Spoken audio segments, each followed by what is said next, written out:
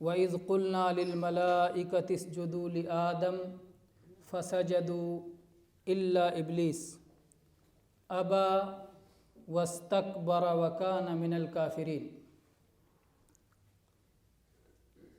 اللہ تبارک و تعالیٰ نے اس آیت میں فرمایا، اے اللہ کے نبی یاد کیجئے اس وقت کو جب ہم نے ملائکہ سے کہا، فرشتوں سے کہا، آدم کو تم سب سجدہ کرو، تو سب نے سجدہ کیا سوائے ابلیس کے۔ اس نے انکار کر دیا، وہ تکبر میں پڑ گیا اور کافروں میں سے ہو گیا، انکار کرنے والوں میں سے ہو گیا۔ اللہ تعالیٰ نے فرمایا اس وقت کو یاد کیجئے جب ہم نے فرشتوں سے کہا۔ یہاں ایک تھوڑی سی بات توحید اسماء و صفات سے متعلق بیان کر دینا مناسب ہے، کیونکہ اس میں بہت سارے لوگ غلطی کرتے ہیں۔ وہ ہے، بہت سارے لوگ کہتے ہیں اللہ تعالیٰ کچھ کہتا نہیں ہے، جب چاہے جب کہے، ایسا نہیں ہے۔ یہ بہت بڑی گمراہی ہے۔ اللہ تعالیٰ جب چاہے، جیسے چاہے، جو کہے، جو فرمائے، ہے نا۔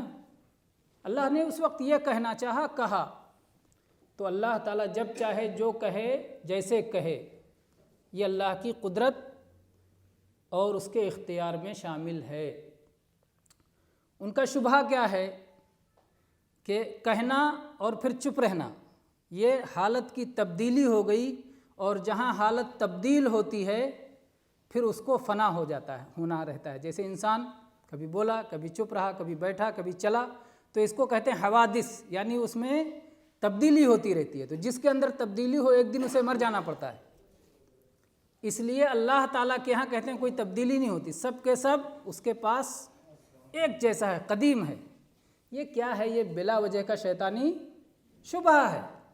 اللہ تبارک و تعالیٰ جو چاہے اس کا اسے اس پاس اختیار ہے، اور وہ ہمارے اور آپ جیسے نہیں ہے۔ لیس کمثلہ شیء، اللہ جیسی کوئی چیز نہیں۔ آپ جو کچھ دیکھتے ہیں، جو کچھ موجود ہے آج، کل موجود نہیں رہے گا، لیکن اللہ موجود ہے، آگے بھی موجود رہے گا۔ تو اللہ کی صفات کو اپنی طرح نہ سمجھیں۔ یہ غلطی جو کرے گا کہ اللہ کی صفات کو اپنے جیسے سمجھے گا تو اس کا انکار کر بیٹھے گا۔ تو اس لیے اس آیت کو یاد رکھیں، لیس کمثلہ شیء وہو السمیع البصیر۔ اللہ جیسے کوئی چیز نہیں، لیکن اللہ سننے والا ہے، اللہ دیکھنے والا ہے۔ تو اس کی تعریف، اس کی صفات کو ہم ثابت کرتے ہیں، اور ساتھ میں یہ بھی کہتے ہیں کہ اس کی صفت ہمارے جیسے یا کسی اور کے جیسے نہیں ہے، اللہ بے مثال ہے۔ تو اس لیے یہاں بھی کہیں گے کہ اللہ تعالیٰ نے فرشتوں سے کہا، اللہ نے فرشتوں سے فرمایا۔ جب اللہ تعالیٰ چاہتا ہے تو کچھ کہتا ہے، بولتا ہے، اور جس کو سنانا چاہتا ہے اللہ تعالیٰ اس کو سناتا ہے۔ اللہ تعالیٰ نے کہا، فرشتوں سے کہا۔ فرشتوں کے بارے میں پچھلے بار بیان ہو چکا ہے کہ یہ اللہ کی وہ مخلوق ہیں جنہیں اللہ تعالیٰ نے نور سے پیدا کیا ہے۔ یہ اللہ تعالیٰ کی نافرمانی کبھی نہیں کرتے۔ اللہ تعالیٰ نے انہیں دل سے نوازا ہے۔ بہت سارے لوگ کہتے ہیں، کیا کہتے ہیں کہ فرشتوں کے بعد دل نہیں ہوتا۔ کہتے ہیں درد دل کے واسطے پیدا کیا انسان کو، ورنہ طاعت کے لیے کچھ کم نہ تھے کروبیاں۔ کروبی ایک فرشتوں کی اعلیٰ قسم ہے، تو کہتے ہیں وہ سب سے زیادہ اطاعت گزار فرشتے ہیں، تو وہ اطاعت کے لیے کم نہیں تھے، لیکن درد دل کے لیے انسان کو پیدا کیا۔ یہ غلط بات ہے، فرشتوں کے پاس دل ہے، اور اللہ تعالیٰ نے اس دل سے جتنا کام لینے کے لیے انہیں دیا ہے، طاقت دی ہے، اتنا وہ دل سے کام لیتے ہیں۔ چنانچہ قرآن پاک میں ان کے دل کا ذکر ہے۔ اللہ تعالیٰ نے فرمایا حتی اذا فزع عن قلوبہم قالوا ماذا قال ربکم۔ جب اللہ تبارک و تعالیٰ کوئی وحی کرنا چاہتا ہے تو ان پر گھبراہٹ طاری ہو جاتی ہے کہ اللہ تعالیٰ کیا کہنے والا ہے، کیا حکم دینے والا ہے۔ حکم کی تنفیذ، حکم کی تعمیل فرشتوں کے ذمے ہوتی ہے، تو فرشتے گھبرا جاتے ہیں۔ تو اللہ تعالیٰ کہتا ہے جب ان کے دلوں سے گھبراہٹ دور ہوتی ہے تو سب ایک دوسرے سے پوچھتے ہیں اللہ نے کیا فرمایا، اللہ نے کیا حکم دیا۔ تو قلوب اللہ نے ذکر کیا، فزع عن قلوبہم، ان کے دلوں سے گھبراہٹ دور ہو جاتی ہے۔ دل ہے تو دل میں گھبراہٹ طاری ہوتی ہے، دل ہے تو دل دھڑکتا ہے، دل ہے تو دل میں کپ کپی آتی ہے، تو دل ہے فرشتوں کے پاس۔ اس لیے کہنا کہ فرشتے دل والی مخلوق نہیں ہیں، یہ بالکل غلط بات ہے۔ فرشتے دل والی مخلوق ہیں، البتہ اللہ نے انہیں معصوم بنا رکھا ہے، وہ گناہ نہیں کرتے، وہ نافرمانی نہیں کرتے، وہ اللہ تعالیٰ کی بہت زیادہ تسبیح کرتے ہیں، اور وہ اللہ کے بہت مقرب بندے ہیں، اور وہ اللہ کے بہت معزز بندے ہیں، اور اللہ کے عرش کے جو پائے ہیں وہ ان کو تھامے ہوئے ہیں، اور وہاں بھی تسبیح کرتے رہتے ہیں، اور ایمان والوں کے لیے مغفرت کی دعا کرتے رہتے ہیں۔ اور آسمان اتنا لمبا چوڑا بڑا آسمان، اس آسمان میں ایک بالشت بھی جگہ خالی نہیں ہے جہاں کوئی نہ کوئی فرشتہ اللہ کے لیے سجدے میں نہ پڑا ہوا ہو، یا رکوع میں نہ پڑا ہوا ہو، یا قیام نہ کر رہا ہو، یا تسبیح نہ کر رہا ہو، یا اللہ کی عظمت نہ بیان کر رہا ہو۔ یہ اللہ کا بہت بڑا لشکر ہے، یہ اس کائنات میں اللہ کے کارندے ہیں۔ اللہ جو حکم دیتا ہے اس کی تنفیذ کرنے کے لیے یہ فرشتے لگے ہوئے ہیں۔ اللہ تعالیٰ نے ان فرشتوں سے کہا اسجدوا لآدم، آدم کو سجدہ کرو۔ آدم کون ہے؟ ہمارے اور آپ کے باپ۔ اللہ نے جب انہیں پیدا کیا، اپنے ہاتھوں سے بنایا، اپنی طرف سے روح پھونکی، فرشتوں سے سجدہ کروایا، اتنی بڑی عزت دی اللہ نے، فرشتوں سے سجدہ کروایا۔ آج کا آدمی اپنی عزت سمجھنا چاہیے کہ فرشتے ہم سے زیادہ اللہ سے قریب نہیں ہیں، ہم اللہ کے قریب ہیں اگر اللہ کے حکم کو مانیں، اگر اللہ کے حکموں کی تعمیل کریں۔ اللہ نے آدم علیہ السلام کو فرشتوں سے سجدہ کروایا۔ کل کوئی آدمی یہ نہ سمجھے کہ ہمیں فرشتوں کو سجدہ کرنا چاہیے، کوئی یہ نہ سمجھے، اور فرشتوں سے تو کمتر مخلوق ہے جنات۔ جب آدمی فرشتوں کو سجدہ نہیں کرے گا، جب جنات کو سجدہ کیسے کرے گا؟ اپنے جیسے انسان کو کیسے سجدہ کرے گا؟ نہیں سجدہ کرے گا۔ اللہ نے توحید کا اتنا بڑا سبق اس میں رکھا ہے کہ اللہ نے فرشتوں سے آدم علیہ السلام کو سجدہ کروایا، اسجدوا لآدم، تم سب سجدے میں گر جاؤ آدم کے لیے۔ اور فرشتے حکم کے اتنے پابند، اللہ نے کہا دیری نہیں کی، فسجدوا، سجدے میں گر گئے۔ یہ ہے حکم کی تعمیل۔ اللہ نے کہا سجدہ کرو، فوراً سجدے میں گر گئے، ان کو نافرمانی آتی ہی نہیں۔ اللہ کی تعظیم ہے ان کے یہاں، اللہ کی تسبیح ہے ان کے یہاں، اللہ کے مقام کو سمجھتے ہیں، فوراً سجدے میں سب کے سب گر گئے۔ یہاں بہت سارے لوگ یہ شبہ کھڑا کرتے ہیں کہ فرشتوں نے آدم علیہ السلام کو سجدہ کر لیا۔ آدم علیہ السلام اللہ تو تھے نہیں، یہ تو غیر اللہ تھے، اور غیر اللہ کو سجدہ کرنا شرک ہے، حرام ہے، تو فرشتوں نے شرک کر لیا۔ اس سمجھ میں بنیادی غلطی کہاں ہے؟ اس لیے وہ یہ سمجھتے ہیں کہ سجدہ کرنا غیر اللہ کو یہ شرک ہے۔ یہ نہیں سمجھتے کہ سجدہ یہ ایک شریعت ہے، سجدہ ایک قانون ہے، سجدہ ایک عمل ہے، اور وہ عمل کب اللہ کی عبادت ہوگا اور کب اللہ کے یہاں حرام ہوگا، کب اللہ کے ساتھ شرک ہوگا، یہ کون متعین کرے گا؟ اللہ متعین کرے گا۔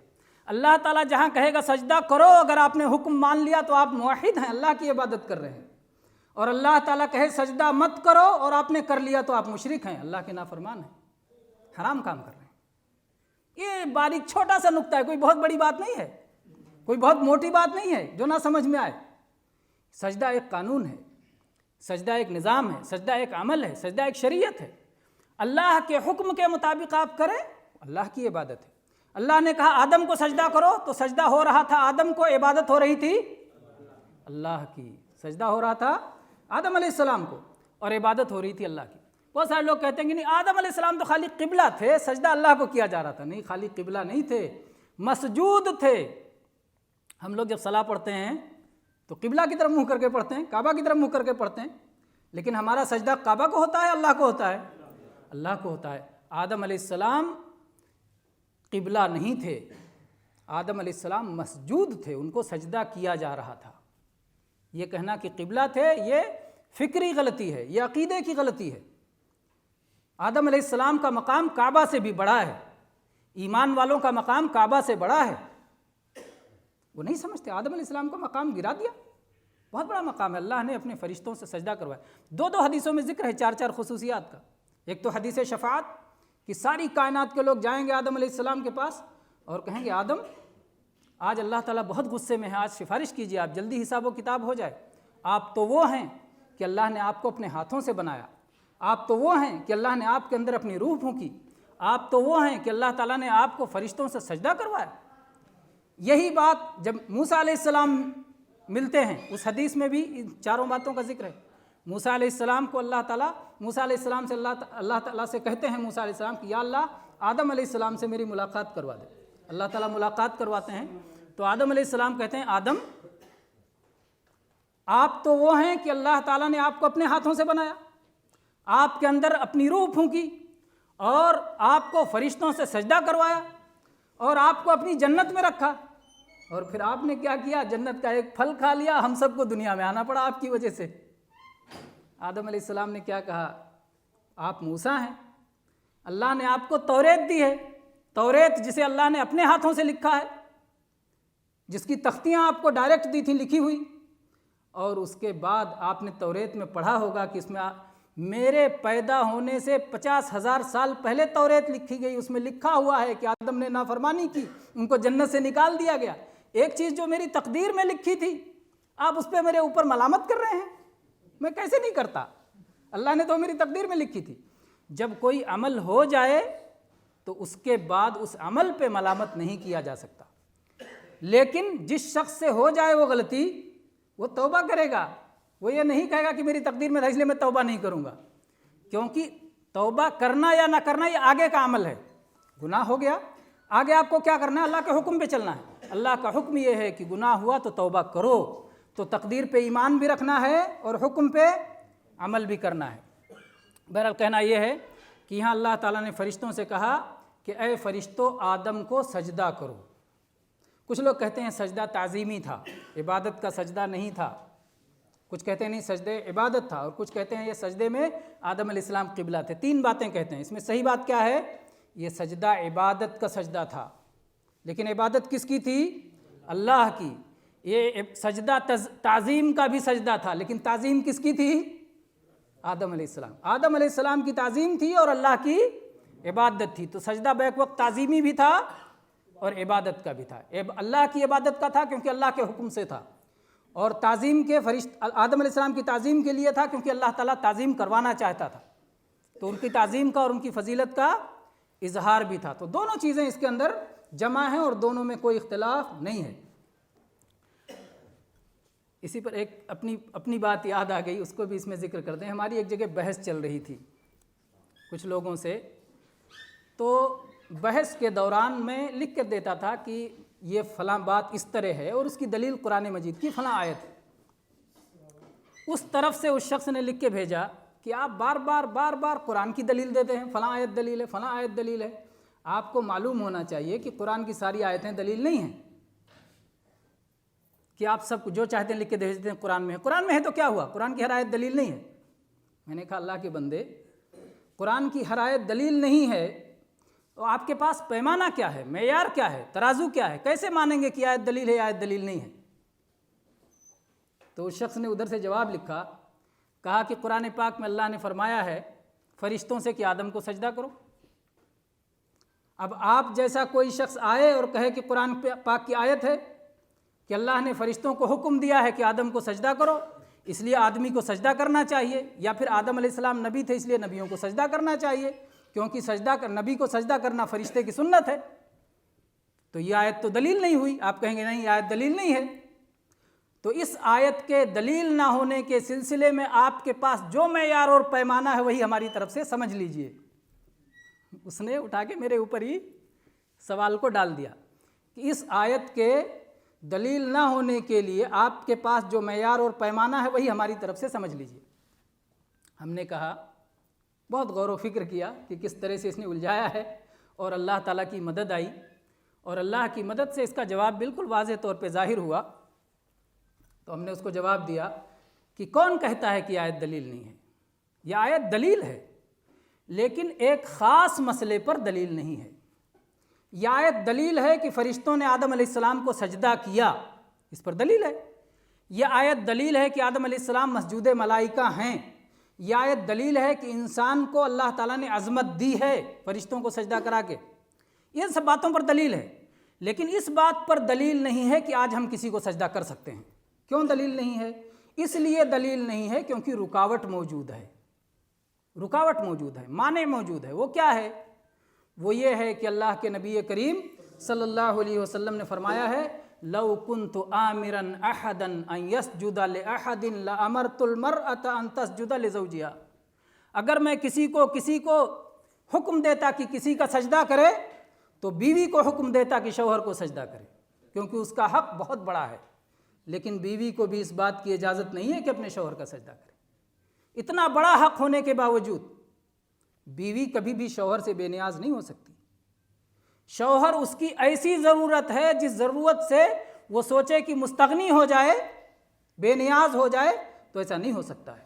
شوہر ہی اللہ تعالیٰ نے اس کے لیے، بعض لوگوں نے تو مبالغہ کر کے شوہر کو خدا تک بنا دیا ہے، ہم تو کہتے ہیں غلط ہے، نہ مجازی خدا نہ حقیقی خدا، کسی طرح صحیح نہیں ہے، لیکن پھر بھی اس کا بہت بڑا حق ہے۔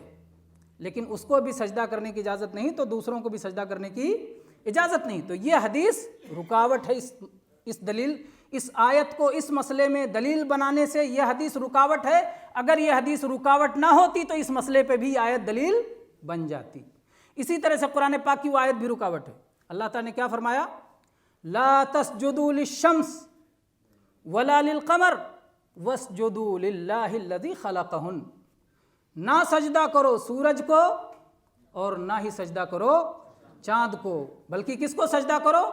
اس اللہ کو سجدہ کرو جس نے سورج اور چاند کو پیدا کیا ہے۔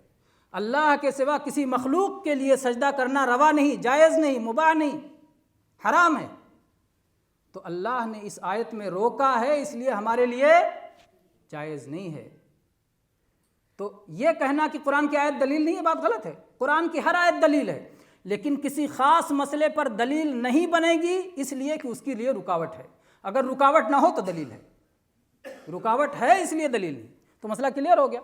بہرحال اللہ تعالیٰ نے فرمایا وَإِذْ قُلْنَا لِلْمَلَائِكَةِ اسْجُدُوا لِآدَمَ، جب ہم نے، یاد کرو اس وقت کو جب ہم نے فرشتوں سے کہا کہ سجدہ کرو آدم کو، فَسَجَدُوا، سب کے سب سجدے میں گر گئے۔ قرآن پاک میں دوسری جگہ اس کی وضاحت اللہ تعالیٰ نے فرمائی ہے فَسَجَدَ الْمَلَائِكَةُ كُلُّهُمْ أَجْمَعُونَ، الجنس کا مان لیں سارے فرشتے داخل ہو جائیں گے، لیکن اس کے باوجود اللہ نے کہا کلہم، ہر ایک نے سجدہ کیا، اجمعون، سب کے سب نے سجدہ کیا۔ کیوں؟ اس لیے کہ آج کچھ لوگ پیدا ہو گئے ہیں جو کہتے ہیں ہر فرشتے نے نہیں سجدہ کیا، اللہ نے اس کو ختم کر دیا، دو تاکید لا کر کے۔ کچھ لوگ کہتے ہیں کہ فرشتوں میں جو اعلیٰ قسم کا فرشتہ تھا، جیسے جو عرش اٹھائے ہوئے تھے یا اور جو قریبی فرشتے تھے، کروبی فرشتے تھے، ان لوگوں نے نہیں سجدہ کیا تھا آدم کو۔ اور اس کی دلیل وہ لاتے ہیں قرآن پاک کی وہ آیت جس میں اللہ تعالیٰ نے فرمایا، ابلیس نے جب سجدہ نہیں کیا تو پوچھا استکبرت ام کنت من العالین، کہ تو نے تکبر کیا ہے یا تو عالین میں سے ہے، یعنی ان فرشتوں میں سے جو سجدہ سے مستثنیٰ ہیں۔ حالانکہ یہ صحیح بات نہیں ہے، ام کنت من العالین، یا واقعی میں حقیقت میں تو بڑا ہے۔ یہ تنازل کا بات کرنے کا طریقہ ہوتا ہے کہ کسی کو کہا جاتا ہے کہ تم اکڑ رہے ہو، اکڑ فون دکھا رہے ہو، یا واقعی تم اپنے آپ کو اس کا حقدار سمجھتے ہو۔ کبھی کبھی آدمی اپنے آپ کو سمجھتا ہے کہ میں اس کا حق نہیں رکھتا، پھر بھی اکڑ دکھاتا ہے، اور کبھی کبھی سمجھتا ہے کہ ہاں میں ہوں حقدار اس کا۔ تو یہ وہاں پر کہا گیا ہے، اس آیت میں یہ نہیں کہا گیا ہے کہ کچھ فرشتے مستثنیٰ تھے، سارے فرشتوں نے، سب کے سب نے، کوئی فرشتہ مستثنیٰ نہیں۔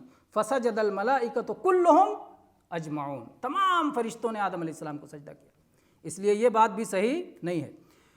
وَإِذْ قُلْنَا لِلْمَلَائِكَةِ اسْجُدُوا لِآدَمَ، یاد کیجئے اس وقت کو جب اللہ تعالیٰ نے ملائکہ سے کہا، فرشتوں سے کہا تم سب آدم کو سجدہ کرو، فسجدوا، تو سب کے سب نے سجدہ کیا، الا ابلیس، سوائے ابلیس کے۔ یہ ابلیس کون ہے؟ ابلیس کیا یہی نام تھا اس کا پہلے سے؟ جیسے آدم علیہ السلام ہمارے دادا ہیں، ویسے ابلیس جنات کا دادا ہے، جنات کی اصل ہے۔ اس کا نام پہلے سے ابلیس تھا یا بعد میں ابلیس پڑا پتہ نہیں۔ ابلیس کے معنی ہوتا ہے مایوس ہو جانے والا۔ وہ اللہ کی رحمت سے ایسا مایوس ہو گیا ہے کہ اس کو پھر اللہ کی رحمت کی کوئی امید نہیں رہی۔ تو یہ نام ہو سکتا ہے نافرمانی کے بعد پڑا ہو سکتا ہے پہلے سے رہا ہو۔ بعض لوگ اس کا نام ایک ذکر کرتے ہیں عزازیل، کہتے ہیں اس کا نام عزازیل تھا، فرشتوں میں تھا، پھر نکال دیا گیا، یہ سب صحیح نہیں ہے، کسی بھی صحیح سند سے یہ بات ثابت نہیں ہے، لیکن لوگ اس کو استعمال کرتے ہیں۔ فارسی کا بڑا مشہور شعر ہے، تکبر عزازیل را خار کرد، بزندان لعنت گرفتار کرد۔ تکبر نے عزازیل کو رسوا کر دیا اور لعنت کے قید میں ہمیشہ ہمیش کے لیے ڈال دیا۔ تو یہ عزازیل کا نام استعمال کیا ہے ابلیس کے لیے، لیکن یہ عزازیل کا لفظ کسی صحیح سند سے کسی صحیح حدیث میں آیا نہیں ہے، اسی لیے اس کا اصل نام کیا ہے جو مانا جائے گا وہ ابلیس ہی مانا جائے گا، اور یہ جنات کا دادا ہے۔ الا ابلیس، سوائے ابلیس کے سوا سب نے سجدہ کر لیا۔ اللہ تعالیٰ نے تو فرشتوں کو سجدہ کرنے کا حکم دیا تھا، ابلیس کے بارے میں تو اللہ تعالیٰ نے فرمایا ہے قرآن میں کان من الجن، یہ جنات میں سے تھا، تو اس کو تو سجدے کا حکم تھا نہیں، اس نے کیسے انکار کر دیا؟ حکم ہوتا تو انکار کی بات ہوتی۔ بعض لوگوں نے یہ مسئلہ نکال کے پھر نیا مسئلہ بنایا ہے، وہ کہتے ہیں کہ یہ فرشتوں کے بیچ ہی میں تھا اور اتنا عبادت گزار تھا کہ فرشتہ مان لیا گیا تھا، وہیں رہتا تھا، اور بھی بہت ساری باتیں کہی گئی ہیں، لیکن ان ساری تعویلات کی ضرورت نہیں ہے۔ صحیح بات یہ ہے کہ اللہ نے اس کو بھی حکم دیا تھا، چاہے جس انداز میں حکم دیا ہو، کیونکہ قرآن پاک میں اللہ نے ذکر کیا ہے ما منعک ان تسجد اذ امرتک، ما منعک، اے ابلیس کس چیز نے تجھے روکا، ان تسجد کہ تو آدم کو سجدہ کرے، اذ امرتک جبکہ میں نے تجھے حکم دیا تھا۔ تو اس کا مطلب ابلیس کو حکم ہوا تھا، اللہ نے حکم دیا تھا۔ تو یہ کہنا یہاں ذکر نہیں ہے، ذکر نہ ہونے کا مطلب یہ نہیں ہے کہ حکم نہیں ہوا تھا، اس کو بھی حکم دیا گیا تھا، اللہ نے اس کو بھی حکم دیا تھا، فرشتوں کو بھی حکم دیا تھا کہ سب سجدہ کرو، تو اسے بھی حکم دیا گیا تھا۔ تو آدم علیہ السلام کو سجدہ کرنے کا حکم ابلیس کو بھی دیا گیا تھا، فرشتوں کو بھی دیا گیا تھا۔ ایک مسئلہ اور زیادہ سمجھانے کے لیے ایک مثال بھی دے دیتے ہیں تو بات سمجھ میں آ جائے گی۔ مسئلہ کیا تھا کہ سجدہ ایک عمل ہے، اور عمل حرام ہو اگر اللہ حکم دے دے تو حلال ہو جاتا ہے۔ تو سجدہ غیر اللہ کے لیے حرام ہے، لیکن اللہ نے فرشتوں کو حکم دیا کہ آدم کو سجدہ کرو تو وہ حلال ہو گیا۔ اس کو مثال سے سمجھیں، بات سمجھ میں آ جائے گی۔ قتل کرنا حلال ہے یا حرام؟ قتل کرنا حرام ہے، کوئی شک نہیں۔ اپنے بیٹے کو قتل کرنا اور بھی بڑا حرام ہے، اپنا بیٹا ہے، اپنے بیٹے کو تو زیادہ خیال رکھنا چاہیے اور زیادہ اس پر شفقت ہونی چاہیے اور زیادہ اس کے ساتھ میں مہربانی کا رویہ ہونا چاہیے، اس کی ساری ضرورت کا خیال رکھنا چاہیے۔ اس کو قتل کرنا بہت بڑا گناہ ہے، گناہ کبیرہ۔ اللہ تعالیٰ نے ابراہیم علیہ السلام کو حکم دیا اپنے بیٹے کو ذبح کرو، اور ابراہیم علیہ السلام نے ذبح کرنے کے لیے لٹا دیا، حلال ہو گیا کہ نہیں ہو گیا؟ اللہ نے بچا لیا اپنی رحمت سے بچا لیا، لیکن ایک حرام چیز اللہ کے حکم دینے سے حلال ہو جاتا ہے، کیونکہ حلال حرام کرنے کا کس کا اختیار ہے؟ اللہ کا۔ تو جو لوگ اتنی بات نہیں سمجھتے وہ اس مسئلے میں پھنسے رہتے ہیں۔ بھئی پورا الا لہ الخلق والامر، توحید والا بندہ تو قرآن کی آیت پڑھ لیتا ہے، سب سمجھ جاتا ہے۔ الا، خبردار، لہو، اللہ ہی کے لیے ہے، الخلق، پیدا کرنا، والامر، اور حکم دینا۔ پیدا کرنا اور حکم دینا یہ دونوں کس کے ہاتھ میں ہے؟ اللہ کے ہاتھ میں۔ تو شریعت اور قانون جو چاہے اللہ بنائے، سب اللہ کے بندے ہیں۔ تو اللہ تعالیٰ چاہے جس کو حلال کر دے، چاہے جس کو حرام کر دے، اللہ جس کو چاہے توحید قرار دے، اللہ جس کو چاہے شرک قرار دے، یہ تو اللہ کے ہاتھ میں ہے، میرے اور آپ کے ہاتھ میں نہیں ہے۔ شیطان سے یہی تو غلطی ہوئی نا، اللہ کا حکم تھا سجدہ کرو، اور وہ اپنی طرف سے عقل لگانے لگا، مثال ڈھونڈنے لگا، قیاس کرنے لگا، دوڑانے لگا عقل، یہی تو اس سے غلطی ہوئی تھی۔ اللہ تعالیٰ نے کہا آدم علیہ السلام کو سجدہ کرو، سیدھے سیدھے اللہ کا حکم تھا، گویا قرآن کی آیت تھی، گویا وحی تھی اللہ کی طرف سے، دلیل موجود تھی، نص صریح تھا۔ اس کے باوجود کیا کہتا ہے؟ ارے میں تو آگ سے بنا ہوں اور آدم تو مٹی سے بنے ہیں، آگ تو اوپر کو جاتی ہے، مٹی کو تو اوپر بھی پھینکو تو بھی نیچے چلی آتی ہے، تو آگ کو مٹی کیوں آخر مٹی کو آگ کیوں سجدہ کرے؟ کیوں سجدہ کرے؟ اس نے کہا نہ یہ تو بالکل غیر مناسب بات معلوم ہوتی ہے، یہ اللہ کا حکم کیسے ہو سکتا ہے؟ اس نے کہا انا خیر من، میں اچھا ہوں اس سے، خلقتنی من نار وخلقتہ من طین، مجھے آگ سے پیدا کیا، اسے مٹی سے بنایا ہے۔ انکار کر دیا۔ اللہ نے کہا فابا، اس نے انکار کر دیا، واستکبر، اور اس نے تکبر اختیار کیا۔ تکبر کس کو کہتے ہیں؟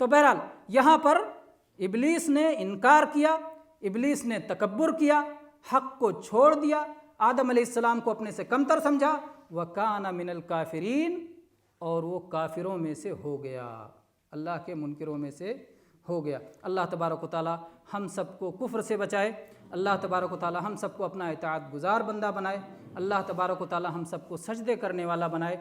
آدم علیہ السلام نے سجدہ کیا اور ان کی اولاد نے سجدہ کیا تو یہ برکتیں ظاہر ہیں۔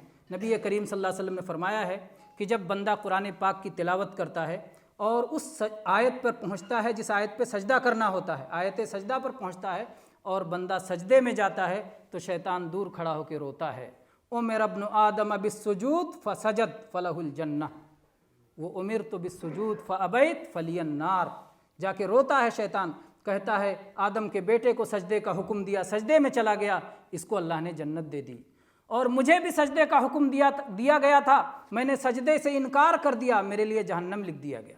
شیطان آج بھی روتا ہے میرے بھائی، اس لیے سجدوں کا اہتمام کرو۔ سجدوں کا اہتمام کہاں سے ہوگا؟ صلاۃ کی پابندی سے۔ اللہ تبارک و تعالی ہم سب کو صلاۃ کا پابند بنائے، آمین۔ اقول قولی ھذا واستغفر اللہ لی ولکم من کل ذنب فاستغفروہ انہ ھو الغفور الرحیم۔